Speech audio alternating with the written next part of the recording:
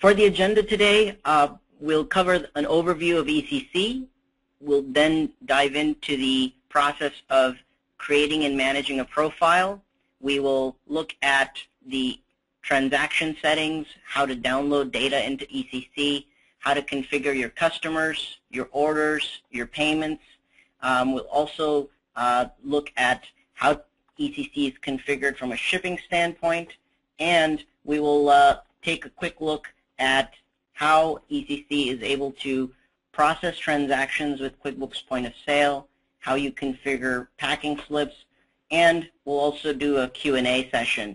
So if any immediate questions come to mind, feel free to jump right in and let us know, and we'll try and get to all of the questions as much as we can throughout the presentation.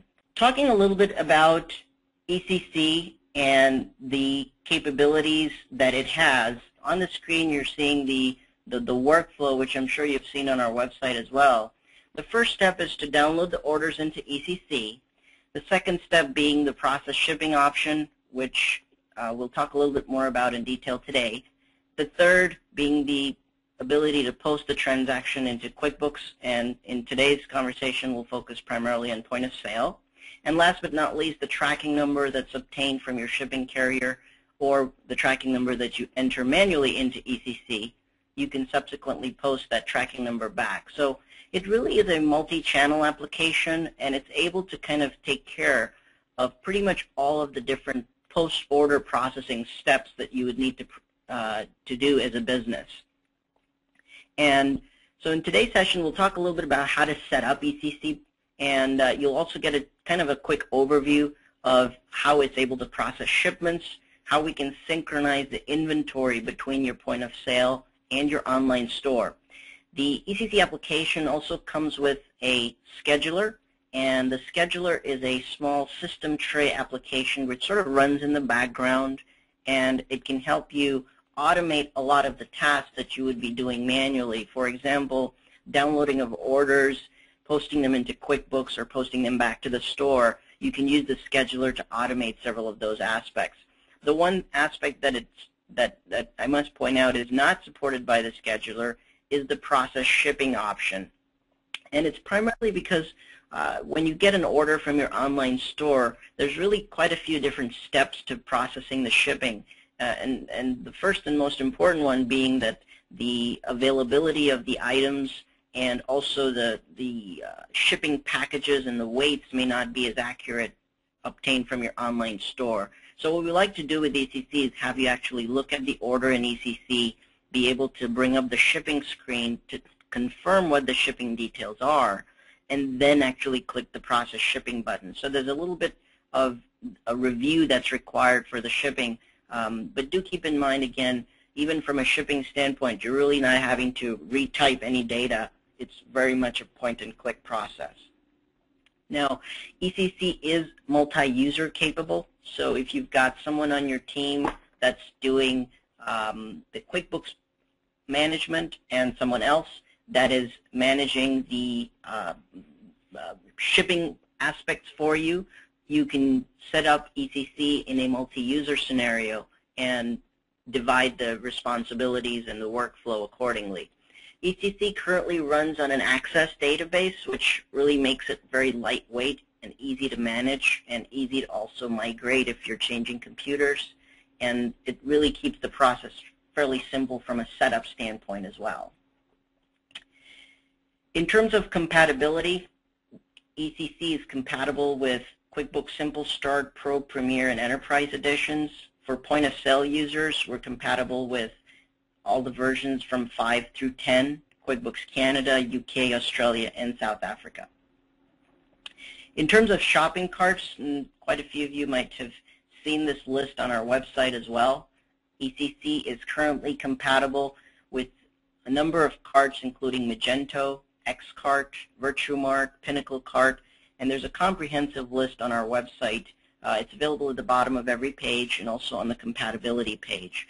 In terms of marketplaces, eCC currently integrates with Amazon in the US and eBay in the US. For shipping processors, it works with Indicia Dazzle, Stamps.com, UPS Rollship, and also integrates with QuickBooks Shipping Manager, which in turn has the capability to generate labels with UPS and FedEx. From a payment processing standpoint, we get a question quite frequently in regards to payment processing, and wanted to clarify here that eCC is really an offline payment processor. Because eCC is a desktop application, once the customer actually places the order at your store, that's when eCC is able to pull in the order.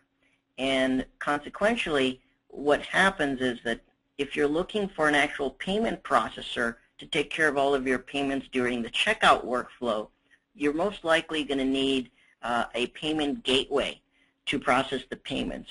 So what's the value of eCC's payment processing? Well, there's two use cases where eCC's payment processing is pretty valuable. One is one of the recommendations we would have is if you're actually authorizing payments. So let's say you have a delayed shipment. You don't ship the same day, or you need about a 3 to 5 day lead time to do the shipping. You could mark your orders as authorized as part of the checkout process and then actually capture them from within eCC. So eCC is able to do a capture of a prior authorized transaction with either authorize.net or PayPal. And in an extreme case, you may also, if you're a wholesaler or you're doing very large transactions, if you're simply collecting credit card numbers, you can set up eCC to work with QuickBooks Merchant Services so that subsequently you can process payments offline using eCC. So that's a little bit about the compatibility of eCC. For today's demo, we're going to do a demo scenario where I'm an electronics retailer and I'm using Magento for my shopping cart. And I say electronics, it could be an apparel retailer. It's really for our demo purposes only. And I'll be using QuickBooks Point of Sale Pro version 9. Let's assume that all of my payments are already processed online and I don't need eCC to actually process payments. I will use eCC to generate a shipping label, let's say with USPS, without the postage. And I like to record my sales order, all my online orders as sales receipts in QuickBooks. So this is a quick overview of our demo scenario. We'll jump right into the actual demo of getting eCC connected with point of sale. So what I'm going to do is I have a demo set up here, so I'll go ahead and start eCC. The first screen that comes up with eCC is the login screen. I can just do a remember me so I don't have to type in the password every time. Once I'm logged in, eCC brings up a screen that shows me the list of my profiles. Now, for most users, this is going to appear as a blank screen if you're just starting off. And again, in most cases, you're going to have one or maybe a few stores that you want to connect. So there'll be a small list here that you can start creating. Because this is a demo app, I have a number of profiles already created. But let's move forward with the first step, which is to create a new profile. So what's really the concept of a profile? For the purposes of a lot of the prospects and customers that have joined that are not very familiar with eCC, I'll give you kind of a quick overview. A profile is our terminology really for the connection of eCC to an online store and a QuickBooks. So it's an entity that represents the connection of eCC with one particular store and one QuickBooks. So the more stores I have, or the number of different QuickBooks versions or editions files I want to connect to, I would need to get additional profiles set up. So the base license of eCC comes with a single store profile and a single user account.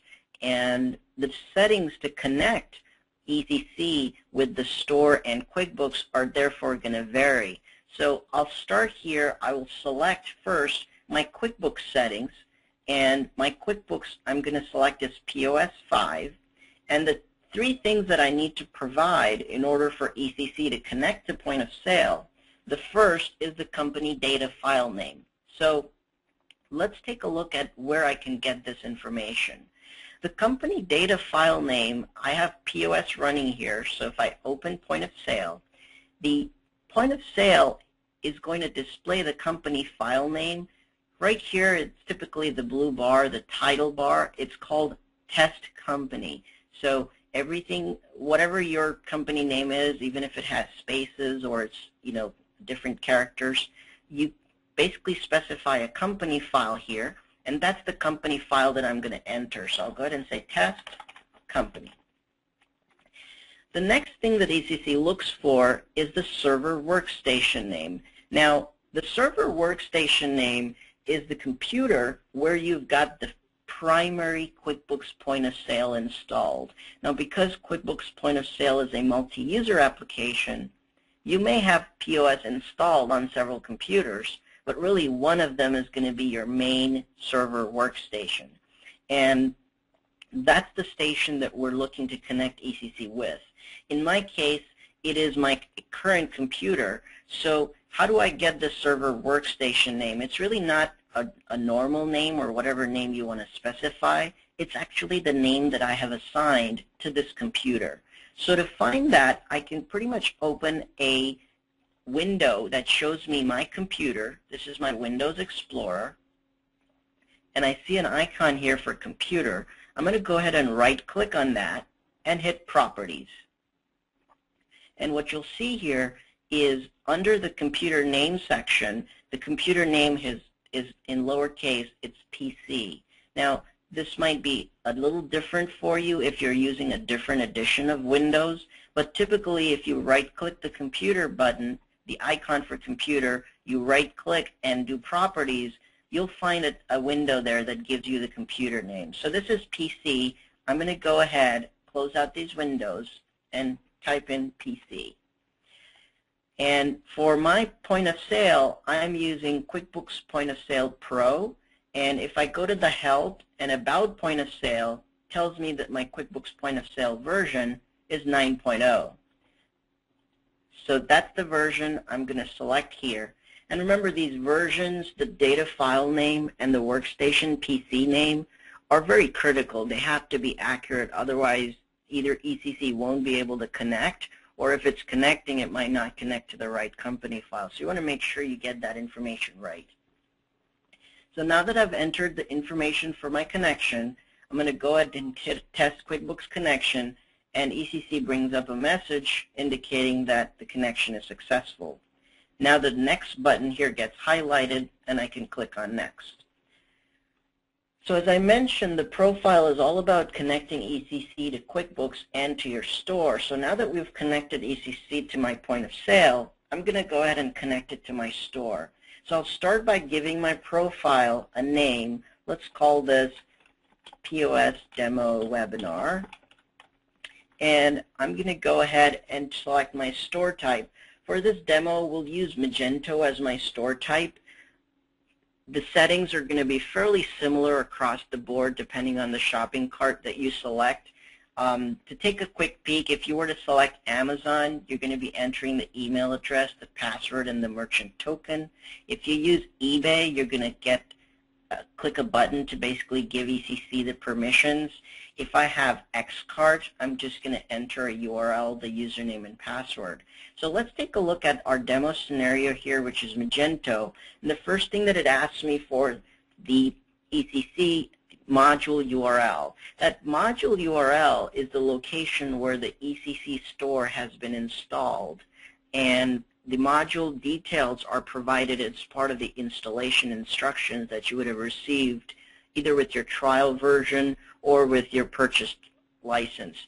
So the module URL, in my case, I have a demo store at store.webagility.net/Magento, and my URL is essentially ecc-magento.php.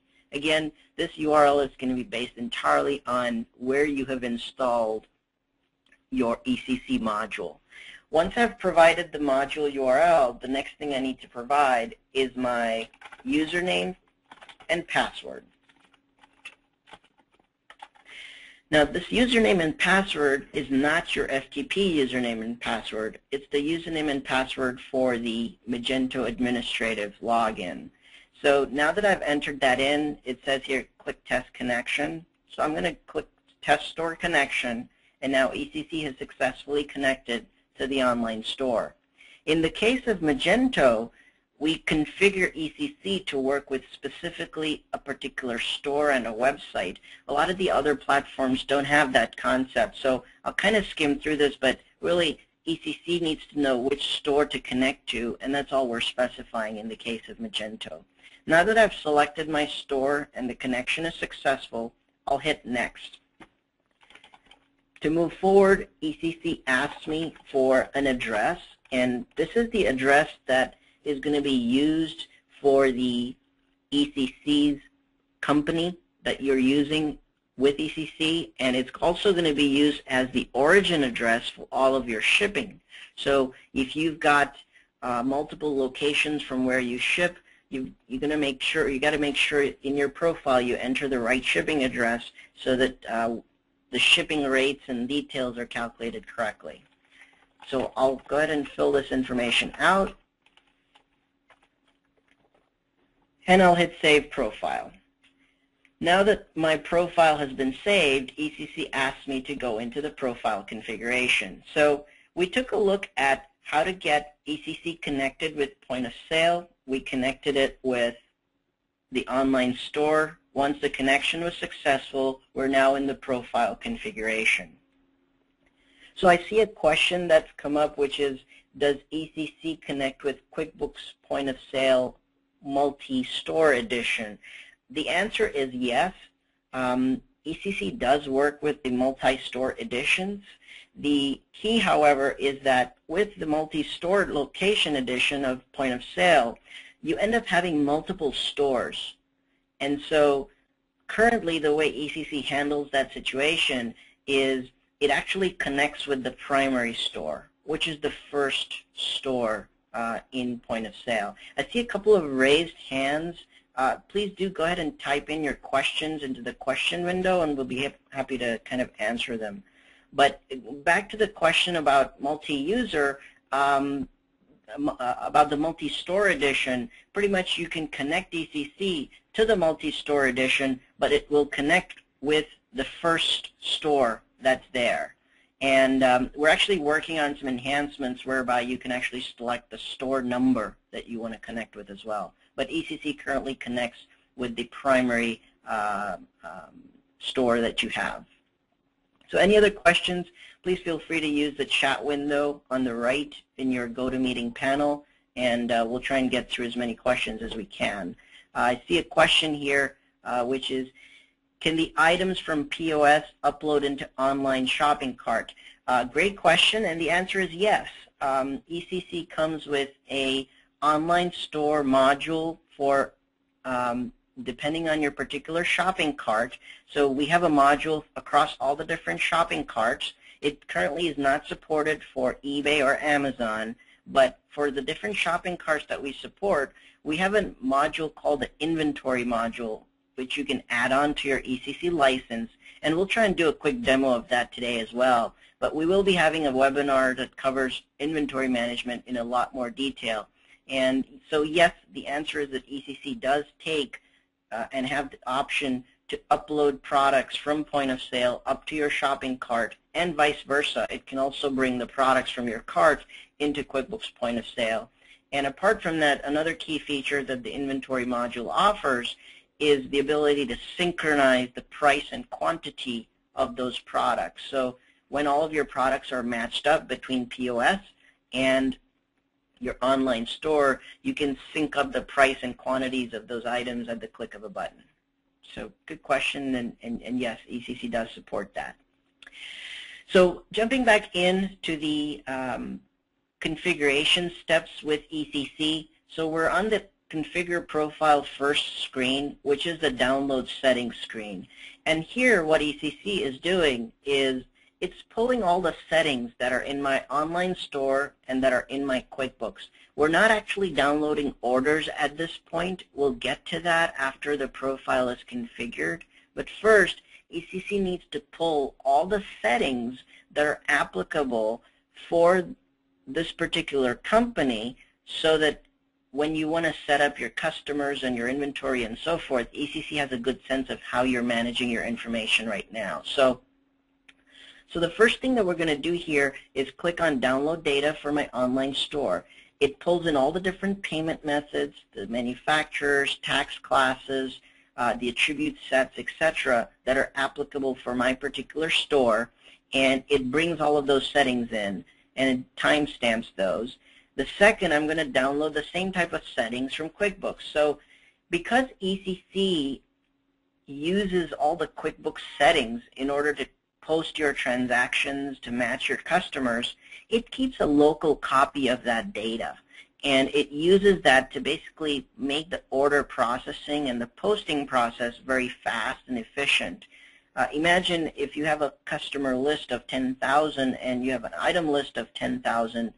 If we were posting an order every single time into QuickBooks, if we had to query against your QuickBooks data every time, it would be quite an extensive and lengthy process. So to make it more efficient, eCC pulls in all the settings locally, and it can use those settings to make the order processing more efficient.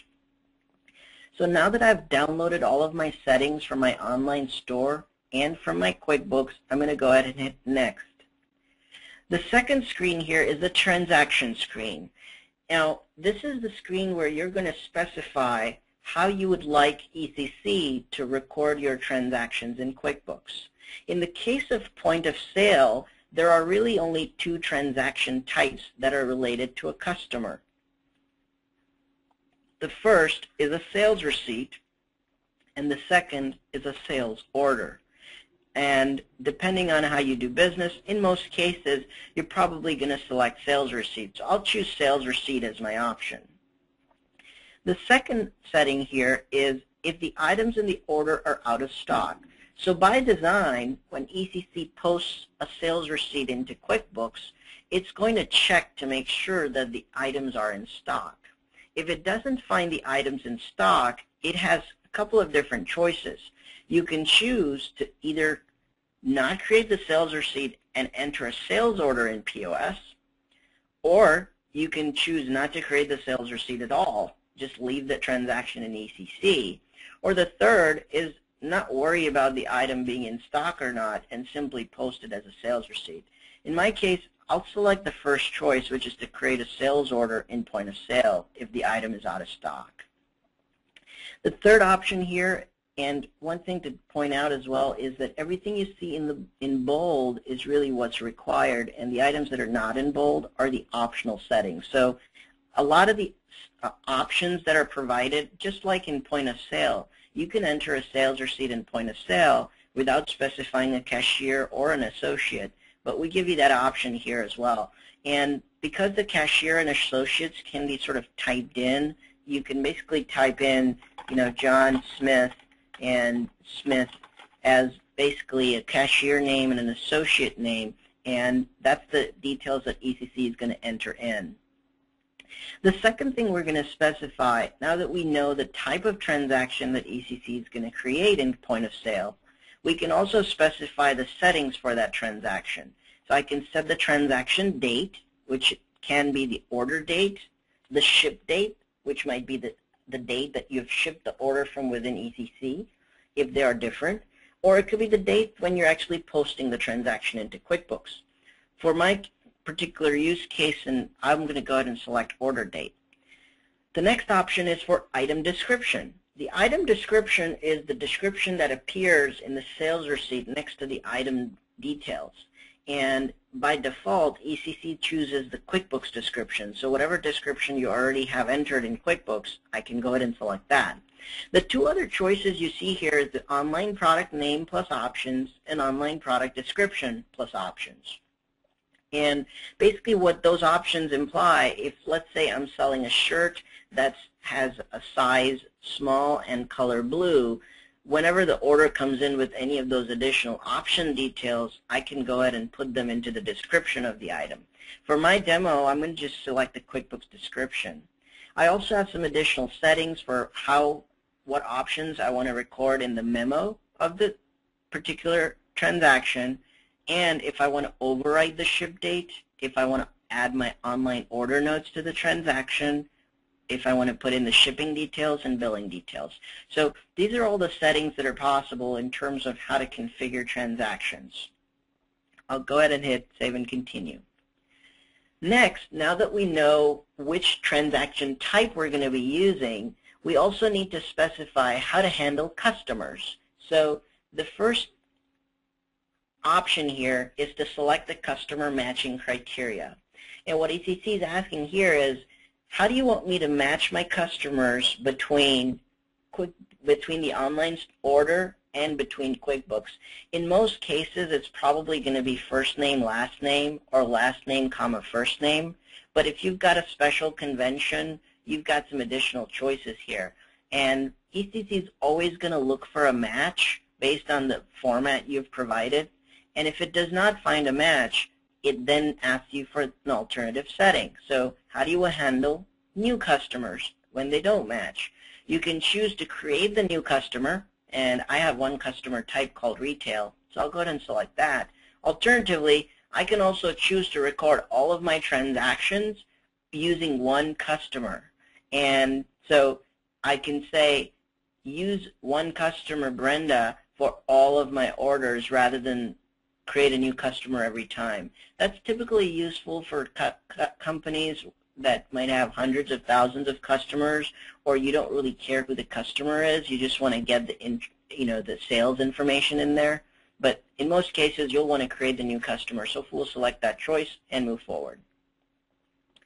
The next option here is the inventory screen. Now the inventory screen gets really interesting depending on how many products you have, the way that you've set up your products and variations in point of sale and in your online store.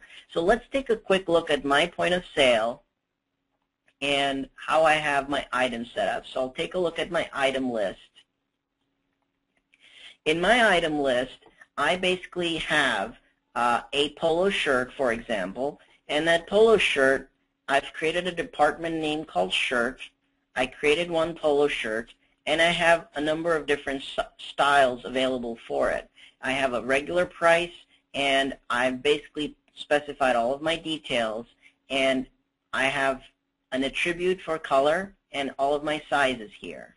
So as you know, point of sale creates this sort of a matrix for the items, and because these items share a common item name, it eventually will generate the item list, which comprises of the same item name in a number of different formats. So this is my polo shirt in blue medium, blue large, red small, red large, etc. So these are all my different polo shirts that I have set up. And there's also a field for the product called UPC and ALU, which is the alternative lookup. And the identifier for the product can be the item number, which, as you know, is automatically generated by point of sale. I can edit it, but it's an auto increment field. And the item name, which is, again, something that I specify. So let's go ahead and create a quick item in POS. I'll call it a shirt. And I'll go ahead and say blazer.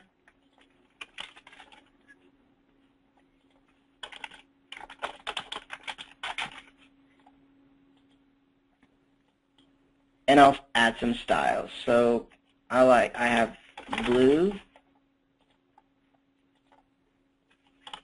and red, and I have small, and I have medium.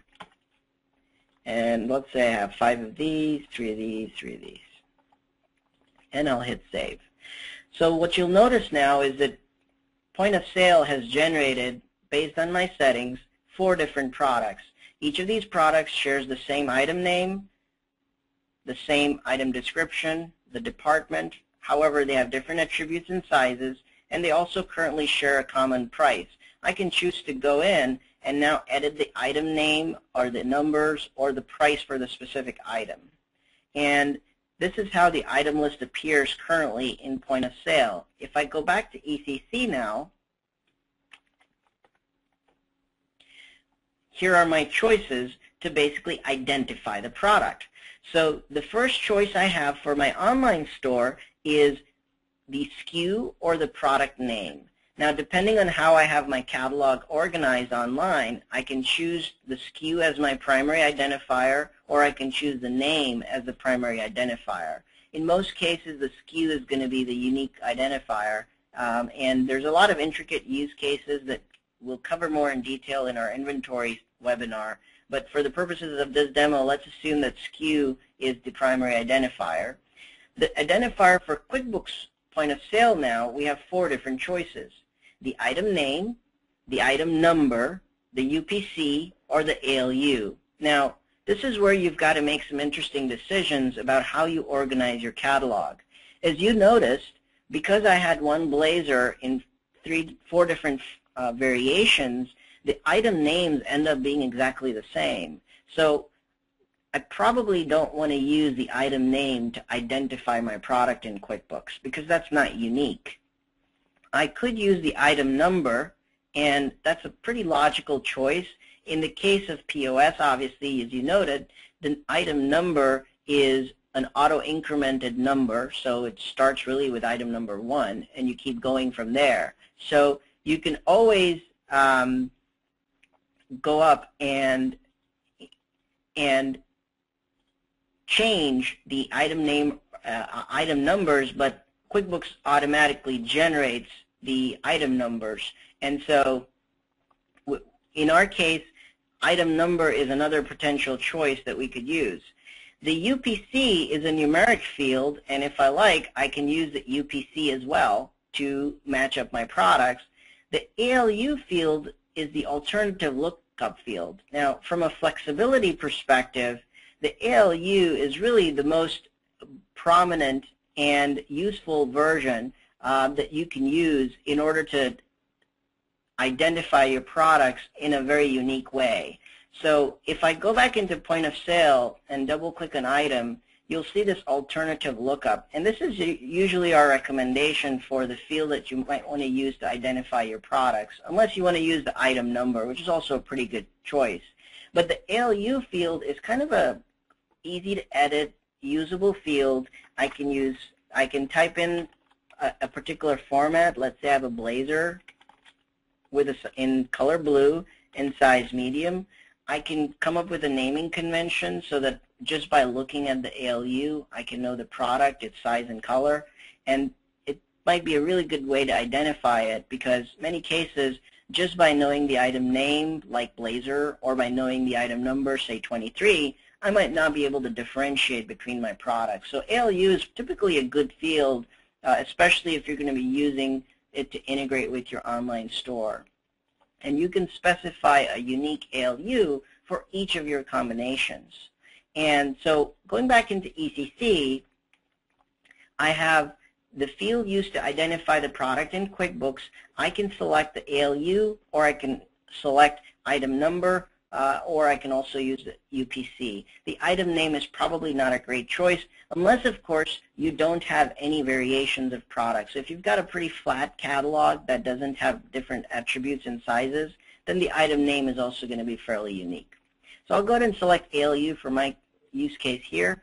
The next, I'm going to configure how to handle missing products. So just as we did with customers, eCC can prompt you to create a missing product. Remember, when you're trying to post a transaction into QuickBooks, the product must exist in QuickBooks in order for eCC to be able to post to it.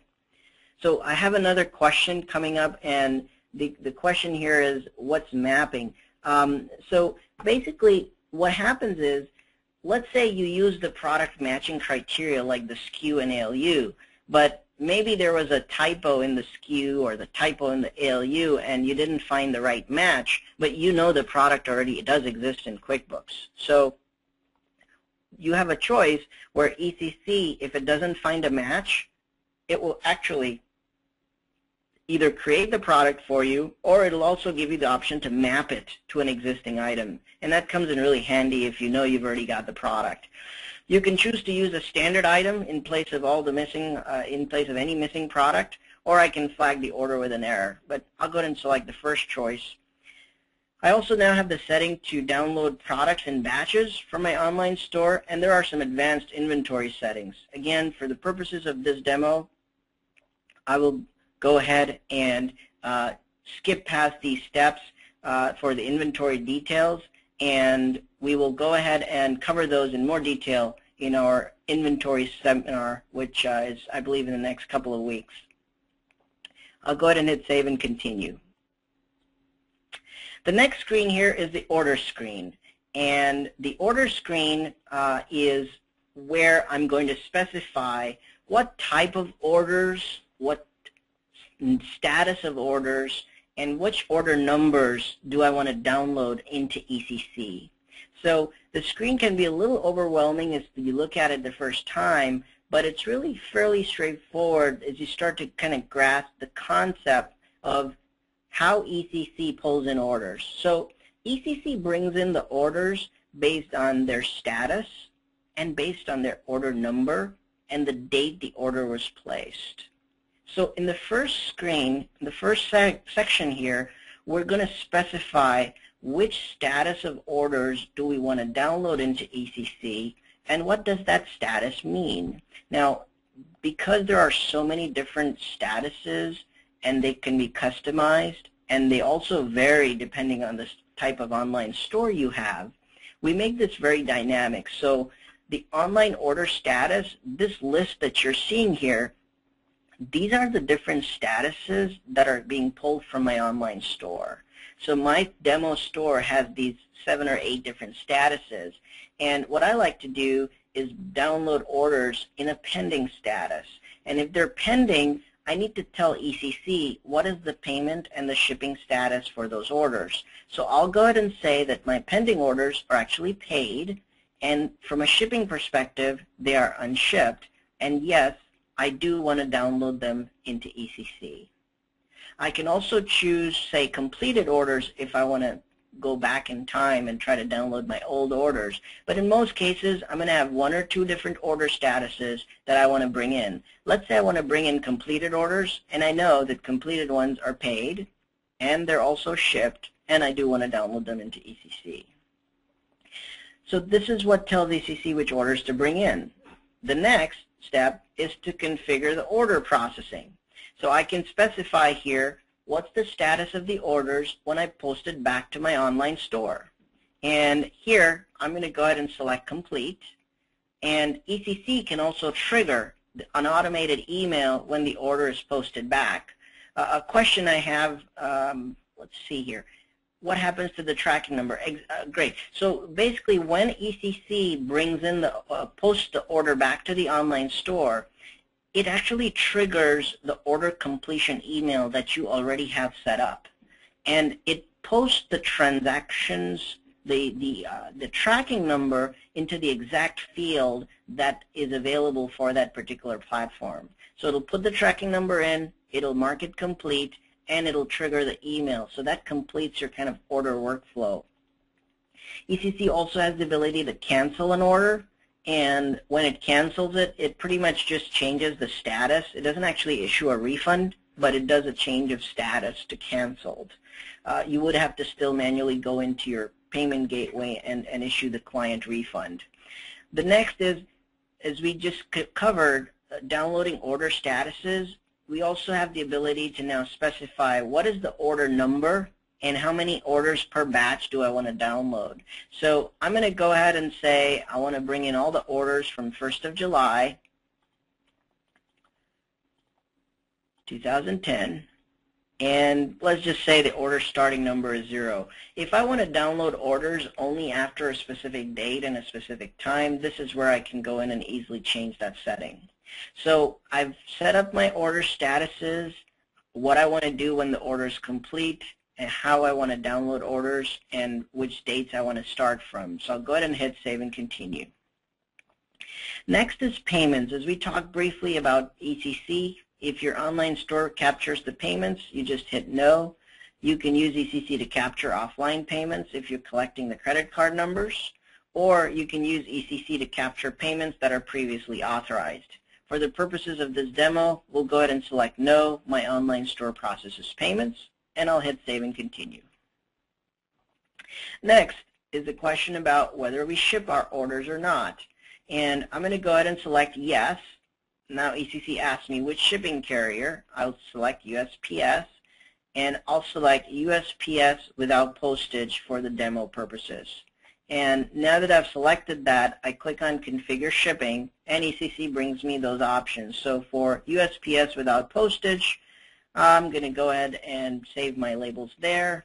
I like to send most of my mail through Express, and I do prefer delivery confirmation, and I have this particular printer that I like to use for all of my shipping labels. So you've got some default settings, and these settings, again, will vary depending on the shipping processor that you use.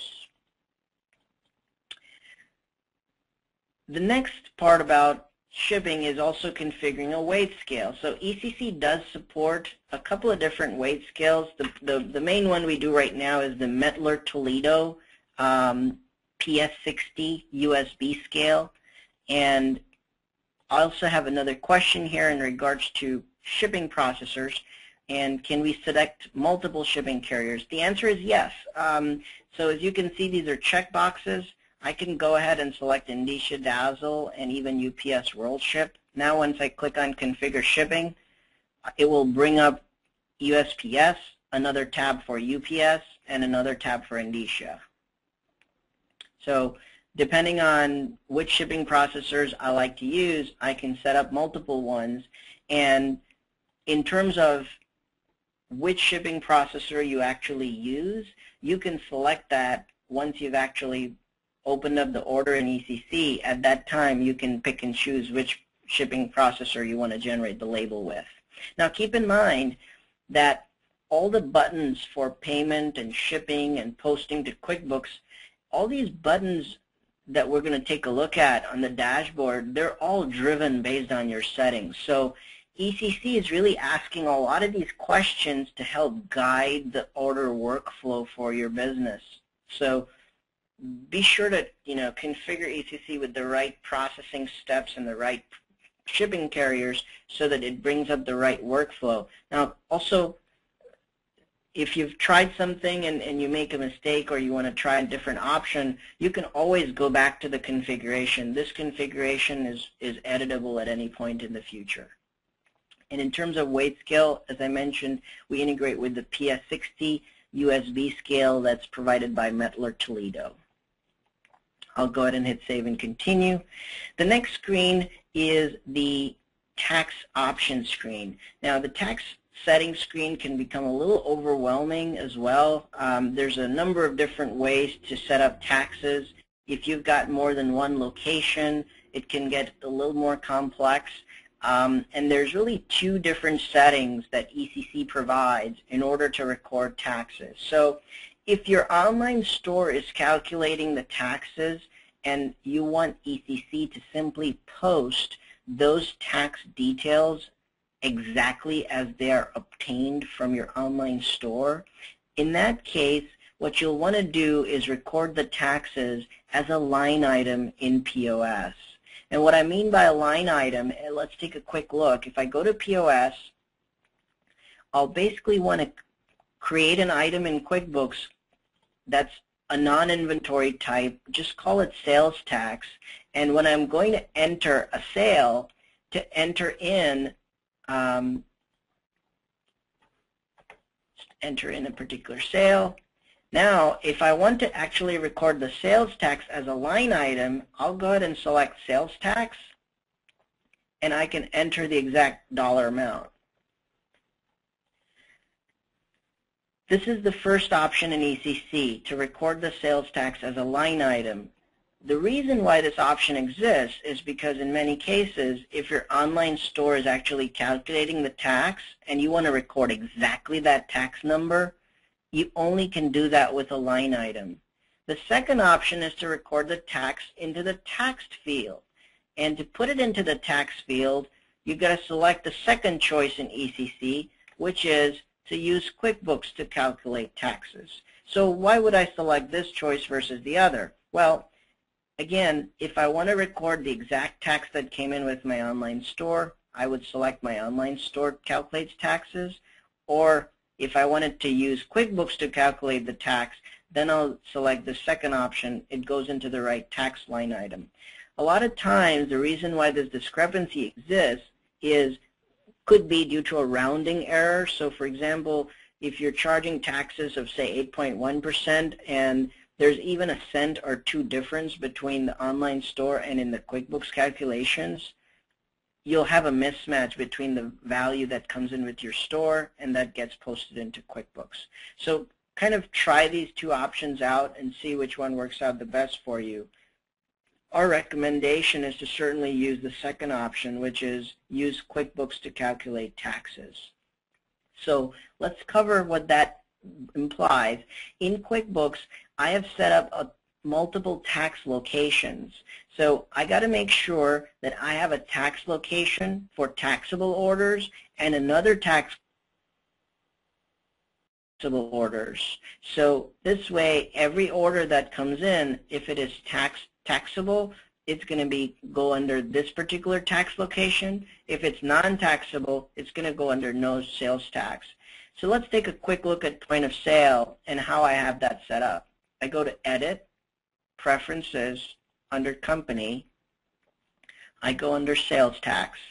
You'll notice I have a local sales tax, I have a CA sales tax, and I have a no sales tax. Now, if you're a point of sale retailer and you're only doing processing at your retail location, you most likely will not have a no sales tax because everyone that walks through that door is a local person and you're going to be charging them sales tax. But in the case of an online store, you are going to have situations where they're out of state and you don't need to charge them a tax. So it's important to set up a tax item, a tax location called no sales tax.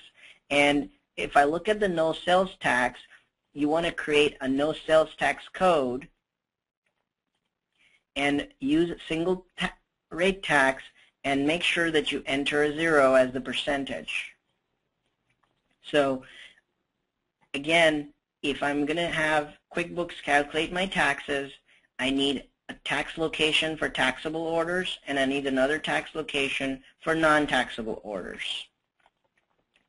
And in eCC, I'm going to select the tax location for taxable, tax location for non-taxable. I also have the choice to collect sales tax in multiple locations. So if I set up tax locations and I say, if it's from California, go ahead and use CA sales tax, I also have that choice. So for stores that have multiple locations, I have the capability to specify multiple taxes.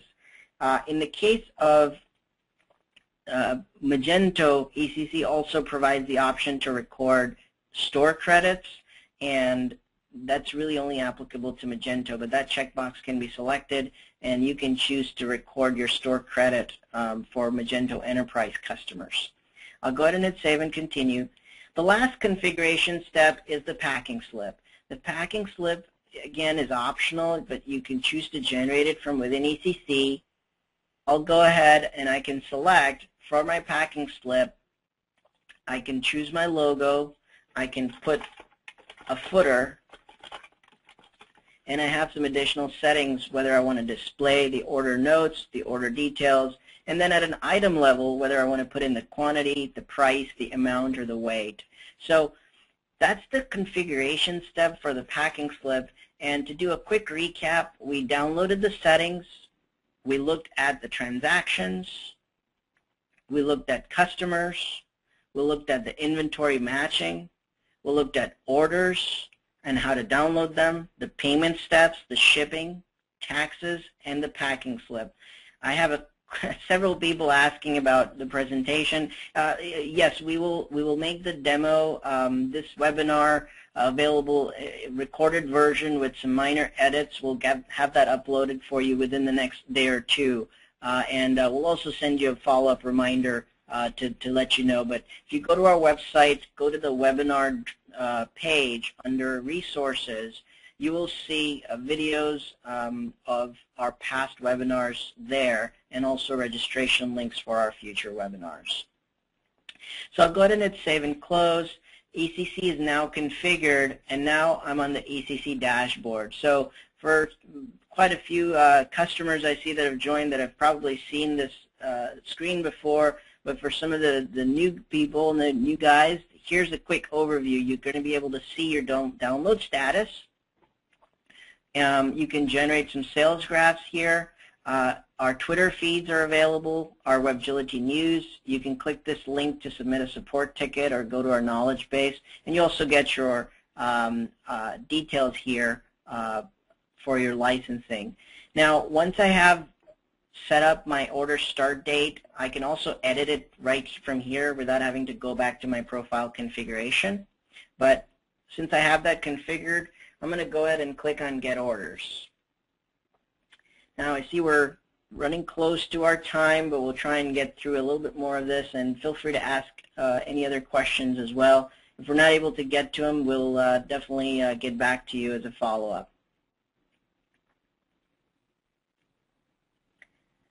So eCC has now connected to my online store, and it's brought in 36 orders. And what you'll see here is that some orders came in as paid, all the orders came in as paid, and some came in also as shipped, which, if you recall from our configuration, the shipped orders are the ones that are already completed. So really, I only need to post them into QuickBooks. So let's take a look at one of these orders. I can double-click the order to see the order details. It shows me the SKU, the name, the pricing details, the total amounts. It tells me it was paid by a check, the shipping tracking ID. It gives me all the customer details, the billing and shipping information. It gives me the customer name depending on the format that I selected. It gives me the history. This order was received with a completed status today by the admin user. And now that I have this order in here, I can basically process it, and you'll notice across the top eCC brings in a number of different buttons, and it puts them in a sequence 1, 2, 3. So you know, for an order that's not shipped, the first thing you want to do is process the shipping. So I select that order, I click on process shipping, and if I was doing a USPS label, express mail, I just click on generate USPS label. I can change my weights and so forth if I like, but the label is now generated. And once I've gotten my label generation, I can go ahead and print it out pretty easily from within eCC. I can also take any order and I can generate a packing slip. So if I select the order, click on the print packing slip, you'll notice eCC brings up the packing slip details for that order. And these are kind of, again, configurable options, and it brings up a 8.5 by 11 packing slip with the billing and shipping details. The address here is what I had set up for my original profile, and I can simply hit print to generate my packing slip. The next step after processing shipping is to post the order into QuickBooks. So let's go ahead and select that order and click on Post to QuickBooks.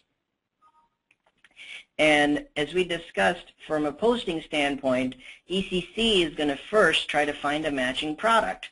And if it does not find a match, we've specified that it should give us a notification. So in my case, since I don't have a match, it brings up a window, and I say OK. Here, it asks me whether I want to create the new item or map it with an existing item. Let's go ahead and see a quick demo of how to create the item. So I want to create this item. It's an iPod. I'll select System as my department, System as my vendor. My item name and number come across from my online store.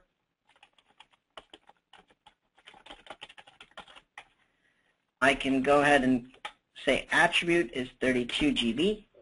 I can specify the ALU. As you recall, we were using that as the matching, so it brought in the SKU and put it directly into the ALU field. I'll say that it is taxable. I have 50 of these on hand, and I can click on Create Item. So the new item is now created in QuickBooks, and I can go ahead and hit Close. Let's pop over to POS and take a quick look at our item list. So you'll notice the item iPod came along. We've entered in item description came in. It brought in the size and the 50 quantity with the proper price and cost details that I had specified. So eCC has now created that item. I can now go back to eCC. Now that the item is matched, I can go in and click on the Post to QuickBooks button again. It's going to now take the item details and it'll post the transaction into QuickBooks, and sales receipt number 4 has been created. So let's take a look at point of sale and the sales receipt.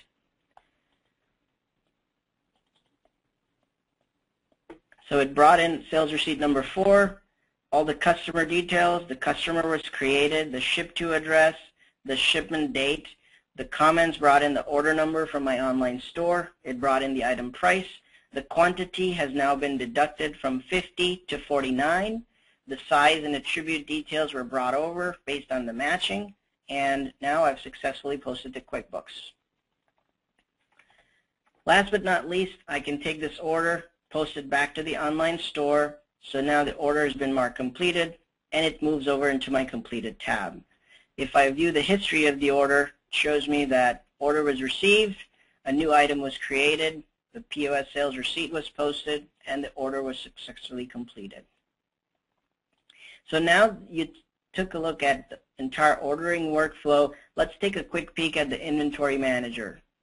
So the Inventory Management module is available under the Inventory screen under Synchronized Products. And the first thing it tells me is that I haven't found any products, so let's go ahead and click on Get Items. And depending on all of my item matching criteria, eCC is going to pull the list of items from my online store and the list of items from QuickBooks. So notice the ALU column is highlighted because that's the field I'm using for matching. It shows me what are my QuickBooks items, shows me all the items in my online store. It shows me the items that match because the ALU in the online store is matching the SKU in QuickBooks. I'm sorry, the SKU in the online store. I have conflicting items, so the iPod that I just created, it gives me an error saying that QuickBooks says there's 49, but in my store I actually have 48. So with eCC, once I have the inventory module, I can actually do a synchronization. So I know my QuickBooks quantity is up to date, so I'll select that item and I'll say update the online store quantity and hit synchronize. And depending on whether this item is processed and is available for quantity updates, I can go ahead and set the quantity, and now it gets removed from my conflicting tab. Also, now that you saw a view of how to synchronize the products, we can also take a look at how to create the missing products from either direction. So with eCC, you can create the missing items in QuickBooks, you can create the missing items in the online store, and you can also do item mapping. So that was a quick overview of the inventory module. Again, it's quite extensive in terms of the capabilities, so we'll try and cover more of the details in our follow-up webinars. To talk a little bit about some of the multi-profile and other capabilities.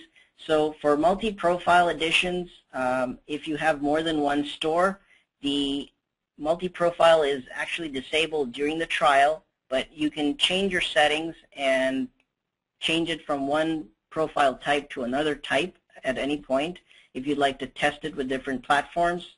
Once you actually have profiles, multiple editions within eCC, you can simply switch to them using a drop-down. And as we discussed, the settings to connect with point of sale and different online stores will vary, and the connection process is different for various profiles. I see I've kind of crossed our time limit here, so I'll kind of quickly jump to our wrap-up slides here. The next webinar is on Wednesday. We'll be discussing the shipping labels in more detail. On the following Wednesday, we will do a webinar on synchronizing inventory. Please visit our website, webgility.com/webinars, to sign up for the future webinars. I know we covered a lot of Q&A, and I see there's a few others still pending. So we'll go ahead and follow up with those as we get through them later today. So expect an email back from our support team with more answers for you. As always, thank you for your time and for participating. If you have any questions, feel free to check out our website, our support center, or you can also call us at our 877 number listed on our website. Again, thanks for your time. We hope your business is able to really benefit with all the time and efficiency that you can achieve with eCC. And feel free to let us know if there's any other questions or any feedback you have on the product. Thanks again, and have a wonderful day.